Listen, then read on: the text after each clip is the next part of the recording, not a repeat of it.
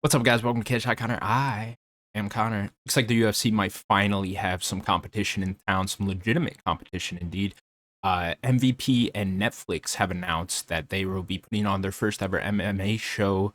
MVP is, of course, the Jake Paul and his manager's boxing promotion, which has currently, up to this point, only done boxing events, is putting on an MMA event headlined by Ronda Rousey, who is returning after about a 10-year layoff, a little over 10-year layoff. Actually, I think it's almost exactly 10 years. I believe their last fight was in 2016 against one Amanda Nunes, against Gina Carano, who hasn't fought in over 17 years in MMA. That will be the headline of the first MMA show on Netflix with MVP. I think it'd be a lot of fun to break down this fight and break down what I think the entire card might end up looking like here. Obviously, I'm very interested in the fight itself, in the main event. eh, as interested as I can be in two aging MMA fighters, two aging women MMA fighters at that. I'm about as interested as I can be in that, which is a good amount. Like, I'm interested in the name value wise, right? Of course, Ronda Rousey coming back, it's a big deal. Gina Carano coming back, that's a big deal. Would have been a lot more interesting 11 years ago when the UFC was originally trying to put this fight together to be in the UFC, when Ronda Rousey was in her prime, when Gina Carano was still somewhat in her athletic prime back then.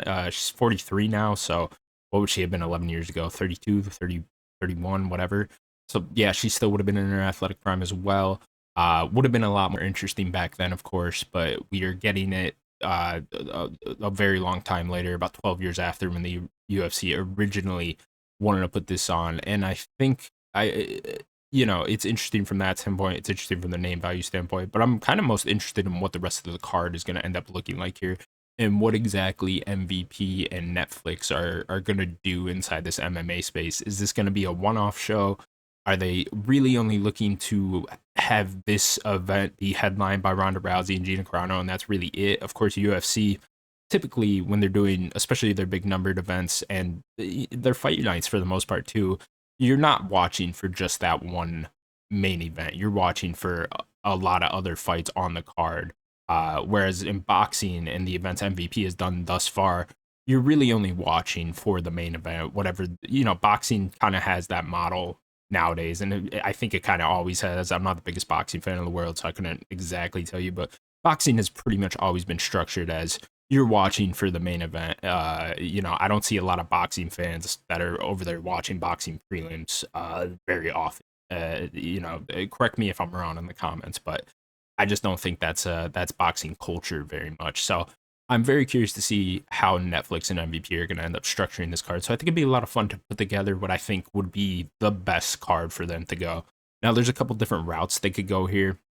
Like I just said, they could just have Ronda Rousey and Gina Carano be the headline, and then just fill out the rest of the card with a bunch of no names, a bunch of young up and comers that just want to get on a big MMA Netflix card.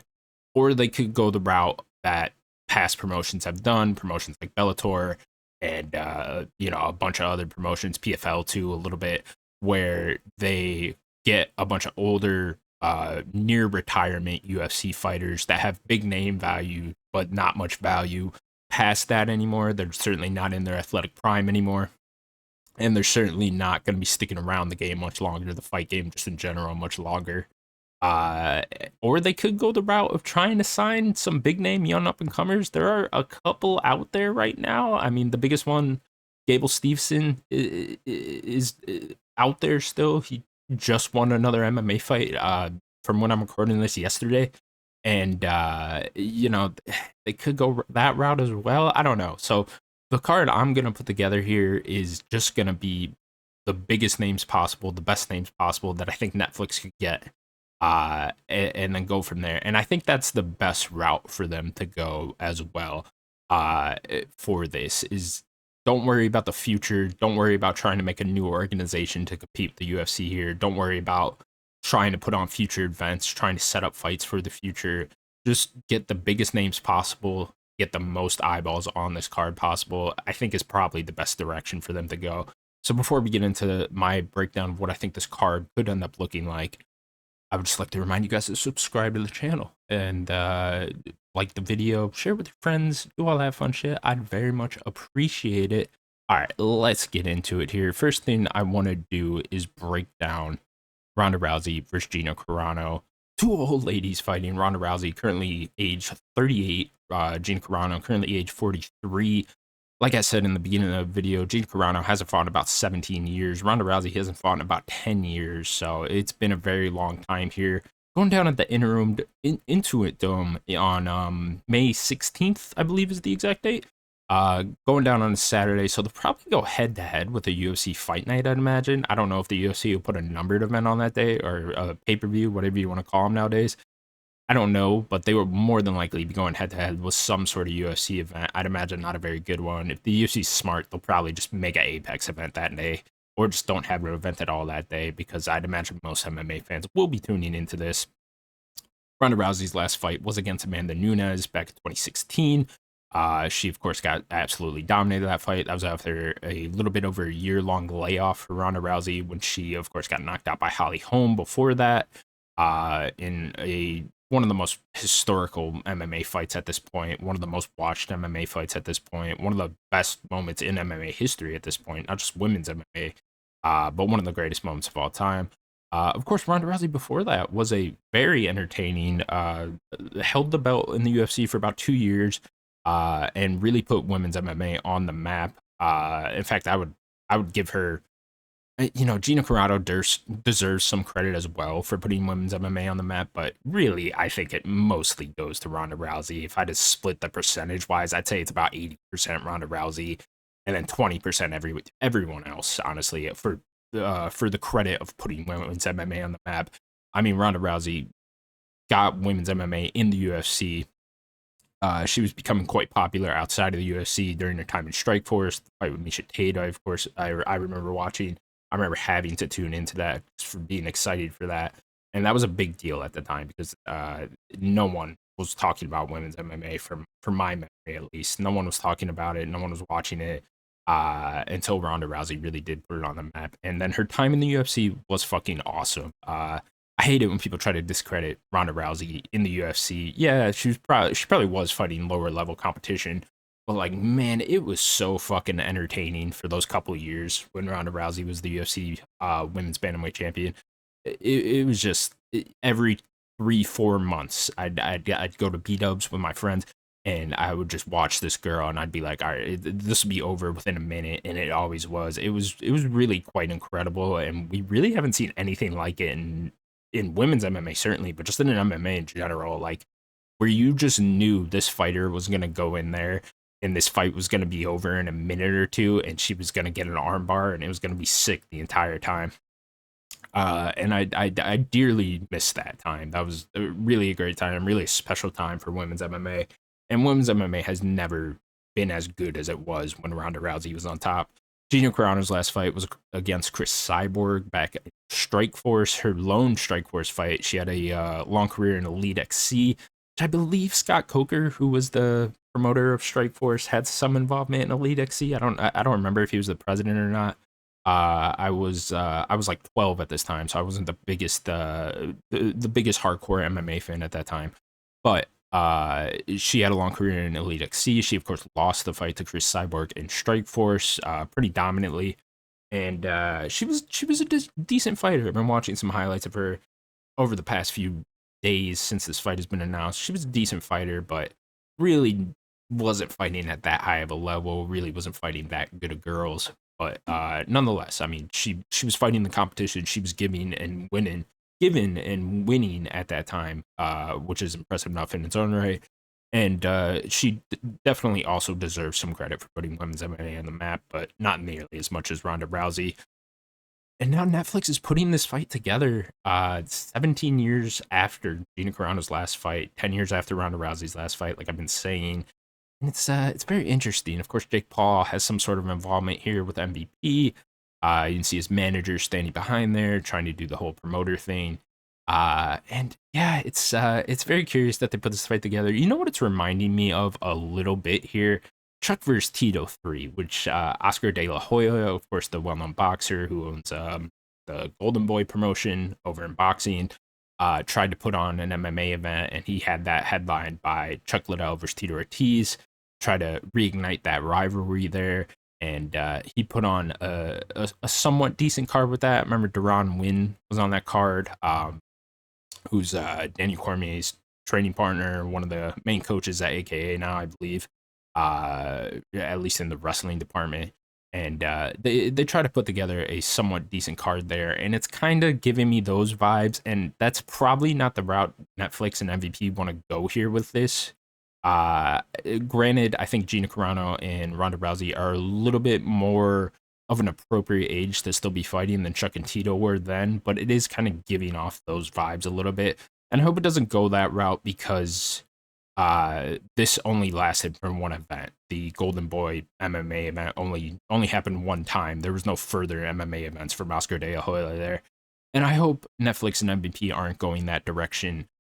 So they got to kind of be careful here with what kind of card they put together. So let's start putting together the card here. Like I said, I'm gonna try to be a little bit realistic. Some of these are gonna sound kind of out there, but I'm being realistic with the fighters that Netflix has available to them that aren't currently signed to the UFC, aren't currently signed to the PFL, and could actually fight on this card. So in the co-main event, I have Nate Diaz versus Jorge Masvidal 2 or 3, depending on who you ask. They, of course, had one fight in boxing, one fight in MMA. They're 1-1 against each other if you count the boxing fight. But this would be an MMA still. Nate Diaz, Jorge Masvidal, both in their 40s now. Nate Diaz is 40. I believe Jorge Masvidal is 43. So getting up there in age. I know both these guys want to go back into the UFC. They're both talking about getting on the White House card. They're both talking about fighting guys that are currently in the UFC still. I just don't think the UFC, Dana White, Hunter Campbell have any interest in bringing back Nate Diaz and Jorge Masvidal. Yes, the name value is still there with these two, but I just think, like I said, they're 40. Nate Diaz is 40, Jorge Masvidal's 43. There's nowhere you can go with them after that fight. You're going to get them from one fight, have them possibly beat one of your top stars, and then just dip again. I don't think the UFC has any interest in that. I think when the UFC let them go, they knew what they were doing. They knew neither of them would ever come back and fight the UFC again. Maybe Nate, like maybe the slimmest chances Nate comes back and you do Nate versus Conor 3 if you are bringing Nate back. That's the fight you do. But other than that, I don't think there's any interest in bringing Jorge back. Jorge's even older. There's even less you can do with him now. I just don't think. I think the UFC wants to highlight their top stars that they can continue to grow with on that White House card. I don't think they have any interest in doing that. So why not put them on the co-main event of this card? Of course, incredibly huge name value wise. I mean, you could, if you're Netflix and MVP, you could probably headline an event with just Nate Diaz and Jorge Masvidal again and get some decent numbers there. Um, and I think that would do pretty well. So put them on the co-main event of this, and you could get huge numbers. You know, there's a lot being made of the numbers that the number of views that this event could get. Ronda Rousey, of course, kind of taunting the UFC there a little bit, saying that she thinks they will end up beating any of the UFC's numbers this year that they're going to do on Paramount Plus, and they certainly have an advantage being on Netflix. I think I read somewhere Netflix has a little over 300 million subscribers. Paramount Plus only has 90 million subscribers, so they certainly have a huge advantage there to do that. And they might just be able to do that. MVP's past event, headlined by Katie Taylor and Amanda Serrano, did right around 20 million views, so I think they're probably looking at something like that. Of course, around the Rousey, especially stateside, a bit more popular than Katie Taylor or Amanda Serrano is. Gina Carano is as well, so it might do like 25-ish, 30 million-ish numbers if I had to guess, which might be more than the UFC White House card is able to pull in, but I kind of doubt that a little bit. It certainly doesn't really mean much in my mind. Like Ronda Rousey, Gina Carano, if they did get Nate and Jorge on there, are just kind of aging fighters that aren't going to be fighting for that much longer, whereas the UFC White House card, like I said, probably going to be headlined by Ilya Topuria, Justin Gaethje, or something of that sort, with guys that are in their athletic prime, in their fighting career prime, and are fighters that the UFC can continue to promote. Nonetheless, Nate Diaz, Jorge Masvidal 2 is what I'm suggesting for the co-main event, and I think that'd be kind of sick. It would certainly get a lot of people tuning in. Nate Diaz hasn't fought in MMA since he was in the UFC, and he last beat Tony Ferguson by guillotine. Of course, a very aging Tony. I personally did not think Nate Diaz looked very good towards the end of his career. I really think Nate. This has always bothered me. Nate kind of fumbled after the Conor McGregor fights, both of them, where he took a long time off after that. It seemed like he got his money and dipped for a little bit, and I really think he should have capitalized more during that time period of his career, because he was in his athletic prime still, and he could have just got paid and had his biggest fights ever, besides the McGregor fights, and it really bothered me when he just sat out for like 3 years after the second McGregor fight. That I really think that was a mistake. That was the biggest mistake of his athletic career. But nonetheless, I would be very interested to see Nate Diaz MMA return. I don't really like Nate Diaz in boxing. He's such a good grappler. He's such a good jiu-jitsu guy that it just seems like a waste to have him go over to boxing constantly. And I'm not really a big fan of two MMA guys boxing in the first place. It's not really something I want to see. Although I did think the boxing match between Jorge and Nate was pretty good. Jorge Masvidal hasn't fought in MMA since the Gilbert Melendez fight. Or no, excuse me, not Gilbert Melendez, Gilbert Burns fight. Gilbert Burns, by the way, headlining UFC Canada card against Mike Malott later this year. Just got announced. That's pretty interesting. But yeah, hasn't fought in MMA in quite a while. Like I said, both these guys coming off the boxing match with each other. Of course, Jorge Masvidal had that incredible 2019 year in which he knocked out Darren Till, Ben Askren, and then beat Nate Diaz at the end of that year to win the BMF belt. And that was probably his greatest year in the sport. Wasn't ever able to capture UFC gold, but nonetheless, I do think this is probably the best co-main event that Netflix could put on. The next fight I'm suggesting, which you just saw, Gable Steveson versus Junior Dos Santos. Now I know you're like, what the fuck are you talking about? Gable Stevenson's a lock to sign at the UFC, and I think he probably is. You're 100% right on that. To think that Gable Steveson is a lock to sign with the UFC. He will probably be a contender for the UFC Heavyweight Championship one day. But why not do a one-off here with Netflix? Get on this big card, get a lot of eyeballs on you, get a lot of casual MMA fans to know your name before you enter into the UFC. I think it's a great spot for him. It doesn't have to be, oh, he signed with MVP and Netflix. He could do a one fight deal with them. We see one fight deals in boxing all the time. So do a one fight deal with them. Fight a big name on this card, an aging name too, in that, in Junior Dos Santos. And get your name out there a little bit, get paid, and then you can go to the UFC immediately after. Shit, if he wanted to, this is in May. The UFC White House card is in the end of June, middle of June, whatever. He could fight on both of those if he fucking wanted to. Now, would the UFC get pissed off if Gable Steveson signed with them, even just for one fight? Probably. I don't know if it would necessarily piss them off enough to where they wouldn't ever do business with Gable Steveson in the future, though. If not immediately after, because the heavyweight division desperately needs someone like Gable Steveson to come in. So I actually think this is a very good idea for Netflix, MVP, and all involved to try to make some sort of fight for Gable Steveson here. And I'm picking Junior Dos Santos because Junior Dos Santos, funny enough, was just rumored to be on this card. He's been in I believe Jorge Masvidal's Game Bear Fighting promotion. He just fought Alan Belcher, not just actually 2 years ago, so not just at all. But he has been doing that in the meantime, and he was rumored to be on this card against Jolton Almeida of all people already, which would have been interesting. But I think if I'm Netflix and I see what Gable Steveson did yesterday in another MMA fight, just set this up. You know, it's a big name for Gable Steveson. It's a big name for Junior Dos Santos as well.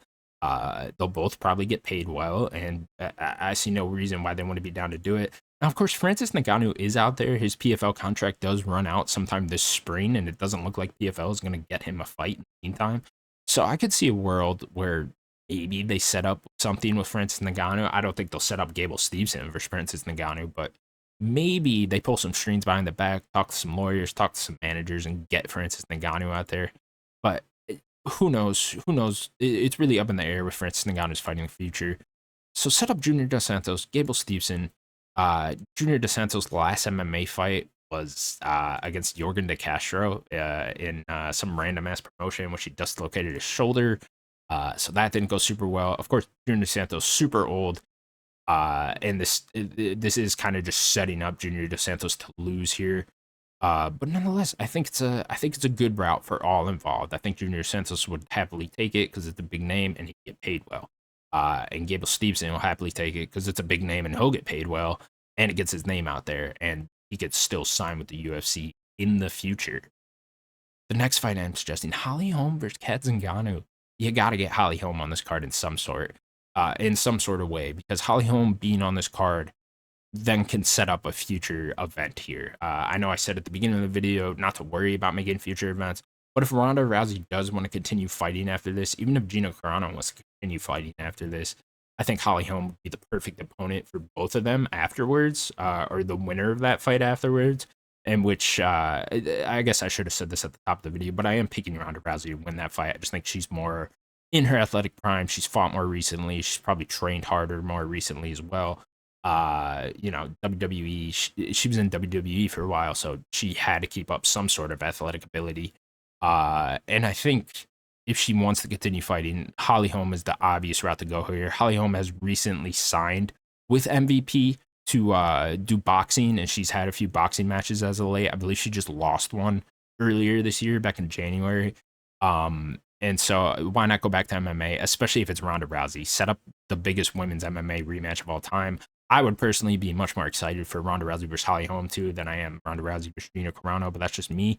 Ronda Rousey or Holly Holm's last MMA fight was in the UFC, didn't go very well. She went on a really bad stint in the UFC against, Holly Holm's career after the Ronda Rousey fight is very interesting. She immediately lost the belt to Miesha Tate, and then she just kind of beat some random girls, lost to a lot of other girls, and was just given title shots left and right. Given a title shot against Chris Cyborg for the 145-pound belt, given a title shot against Amanda Nunes for the 135-pound belt. Both of those didn't go well.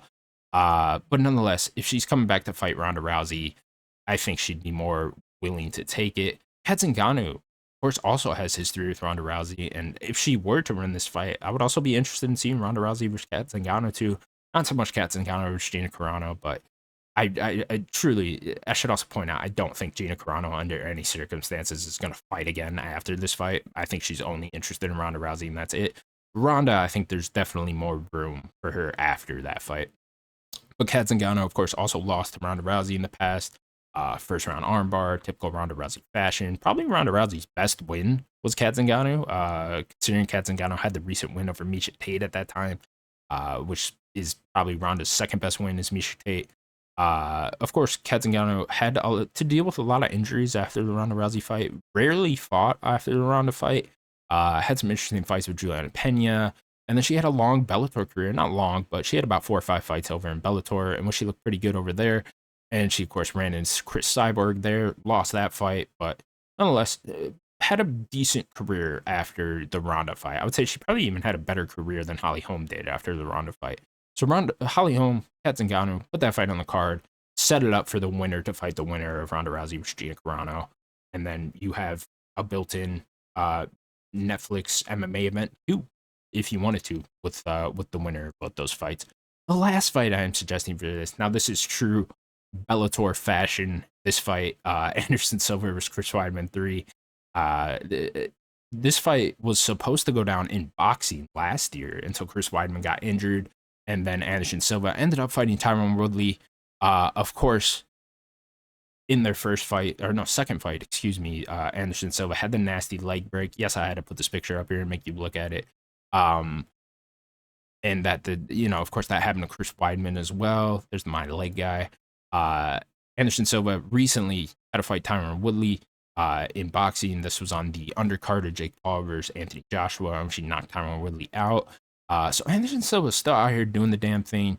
Chris Weidman was supposed to fight him in boxing, as I said earlier. That never ended up happening. Let's do it in MMA. I think it makes no sense to do this fight in boxing. I don't want to watch these two box at all. Chris Weidman is not a good boxer. Anderson Silva's a decent boxer, but still not that good. He's in his 50s already, so it's like, I don't even know what the fuck we're doing. But these are two guys that are out there and available for Netflix to sign. Anderson Silva's last MMA fight was against Raya Hall. He went on a bad losing streak in the UFC after that. Or no, excuse me, before this, I believe he was riding like a 5-fight losing streak before he got cut here. Chris Weidman's last fight was against Eric Anders, in which he looked absolutely horrible in that fight. And then his only win as of recently was against Bruno Silva, in which he just eye poked him a couple times and ended up getting a TKO. That was wild.